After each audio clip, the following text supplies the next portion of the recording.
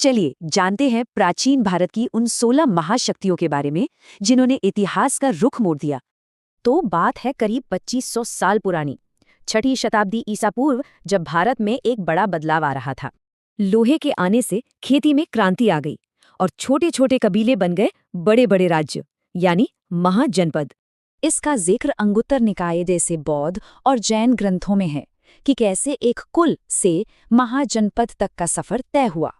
इन 16 राज्यों की कहानी असल में एक के सबसे बड़ा बनने की कहानी है, और ये शुरू होती है पूर्व से।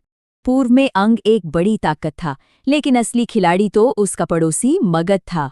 गंगा के किनारे बसे होने की वजह से मगध के पास जमीन, संसाधन और पैसा सब कुछ था।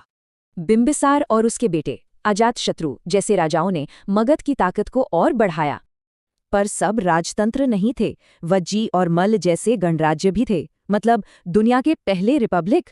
ये दो अलग सोच की लड़ाई थी, और इसमें जीत हुई अजातशत्रु के राजतंत्र की।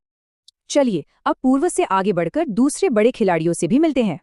काशी, कोसल और अवंती, ये वो ताकतें थीं जो मगध के लिए एक बड़ी चुनौती थीं। दुश्मनी के बीच दोस्ती भी थी। जब राजा प्रद्योत बीमार हुए तो बिंबिसार ने अपना शाही वैद्य जीवक भेजा।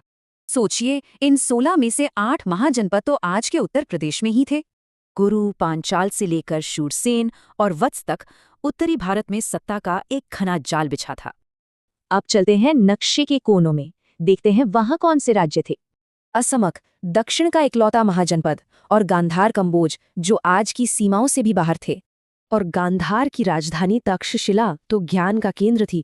यहीं से निकले थे महान चाणक्य। धीरे धीरे सदियों की लड़ाई के बाद मगध ने लगभग सभी को अपने में मिला लिया। तो इस तरह महाजनपदों का दौर खत्म हुआ और भारत के पहले साम्राज्य मौर्य वंश की शुरुआत हुई। मगध की जीत ने पूरे उपमहाद्वीप का भविष्य लिख दिया। पर क्या ये होना ही था?